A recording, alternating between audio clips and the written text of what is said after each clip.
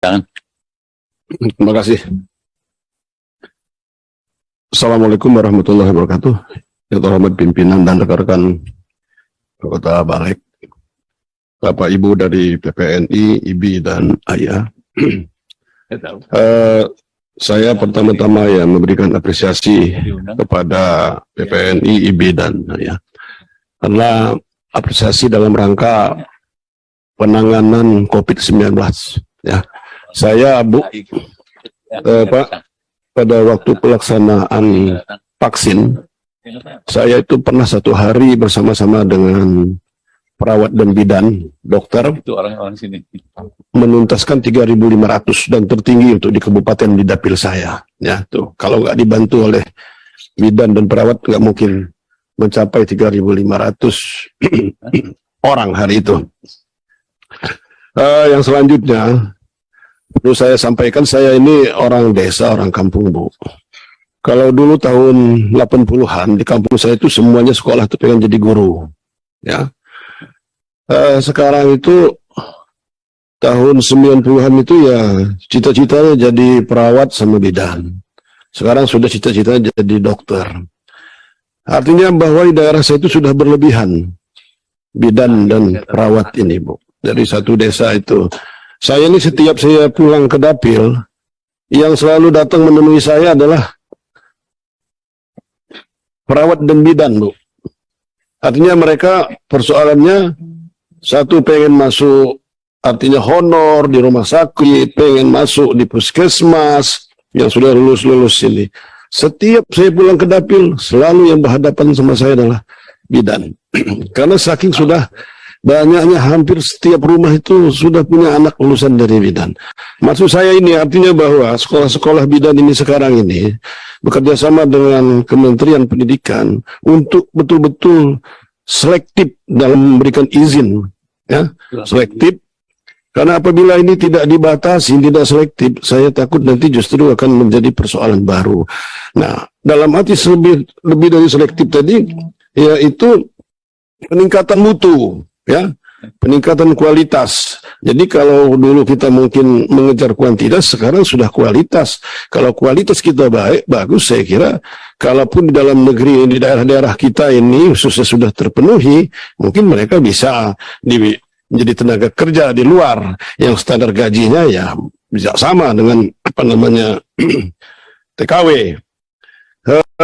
Selanjutnya ini yang persoalan juga yang saya temuin, dan ini banyak laporan dari masyarakat ya, bahwa ada kolaborasi ya antara bidan dengan dokter kandungan.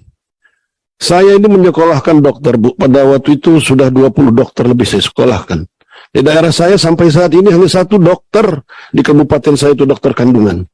Ada 2 dokter yang saya sekolahkan, dua-duanya keluar dari pegawai negeri, berhenti karena mereka nggak kuat tinggal di daerah saya. Ya, seperti itu. Akhirnya mereka mengembalikan denda yang sudah disiapkan. Karena dokter kandungan tadi, satu pulang ke Jawa Barat, satu pulang ke Semarang kalau saya tidak salah. Ya. Saking mereka tidak mau tinggal di daerah yang sangat jauh dan mungkin sepi. Karena dokter kandungan ini kan yang dikejar adalah daerah-daerah yang apa namanya, yang ramai, kota itu. Nah, artinya kenapa saya bilang ada kolaborasi ya? Saya mohon benar untuk kelahiran yang ada standarnya. Jangan baru 2 kali disuruh apa namanya itu ngedan orang yang hamil itu, Bu. Sudah harus diseser. Ini ya. Banyak sekali masyarakat yang lapor sama saya, Pak, baru 2 kali ngedan katanya orang mau ngelahirin, harus dioper ke dokter kandungan. Kenapa? Kalau dokter kandungan kan mahal, Bu. Dia sudah bekerja sama dengan perawat tadi. Ini rakyat melarat, Bu, sakit, Bu, miskin rakyat seperti ini. Ini ya yang perlu juga menjadi persoalan bahwa ada kerjasama hal seperti itu. Tapi tidak semua, ada oknum-oknumnya, Bu. Seperti itu. Nah, jadi mereka ini kerjasamanya dengan dokter-dokter kandungan yang terdekat. Ya, ini saya dapilnya Lampung ini, Bu, ya, dapil 1 Lampung itu. Tapi saya juga jadi ini tidak lepas dari dukungan teman-teman perawat dan bidan juga. Karena waktu saya maju juga lawan saya ketua perawat kalau nggak salah ya, nggak terpilih juga kan gitu. Ya, Ibu hadirin yang saya hormati, Ya, sudah. ya alhamdulillah Pak Firman, ya itu. Jadi saya kira itu ya Bu. Terima kasih. Assalamualaikum warahmatullahi wabarakatuh. Merdeka. Merdeka. Terakhir Pak Wilam. Ya.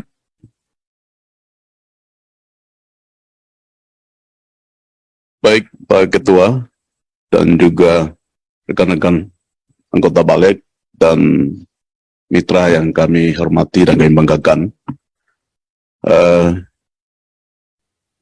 Dalam penyusunan RUU kebidanan ini, mungkin saya lebih pada memperkuat substansi dari ada beberapa rekan-rekan yang pendahulu saya telah menyampaikan terkait dengan peran kebidanan masyarakat adat atau tradisional. Kalau Mbak Firman tadi bilang dia dilahirkan oleh dukun, tapi saya juga mungkin sama, karena tali pusat saya dipotong dengan bambu.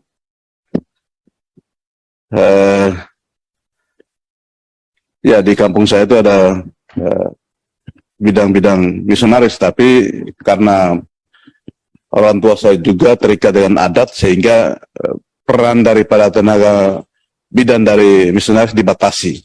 Jadi saya harus dilahirkan dalam proses penanganan tenaga tradisional. Baik Pak Ketua, saya pikir tidak ada kata tidak sepakat untuk semua orang punya hak yang sama mendapatkan pelayanan sesuai adat istiadat dan budaya masing-masing.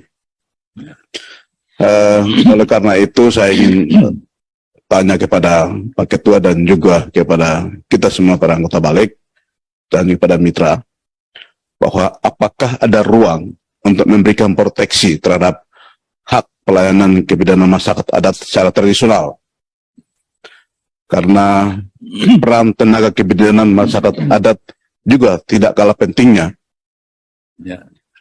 Karena peran mereka sangat dibutuhkan oleh warga Nusantara di setiap daerah, baik di pusat-pusat kota maupun juga daerah-daerah terpencil, terisolasi, terluar, tertinggal, dan terdepan.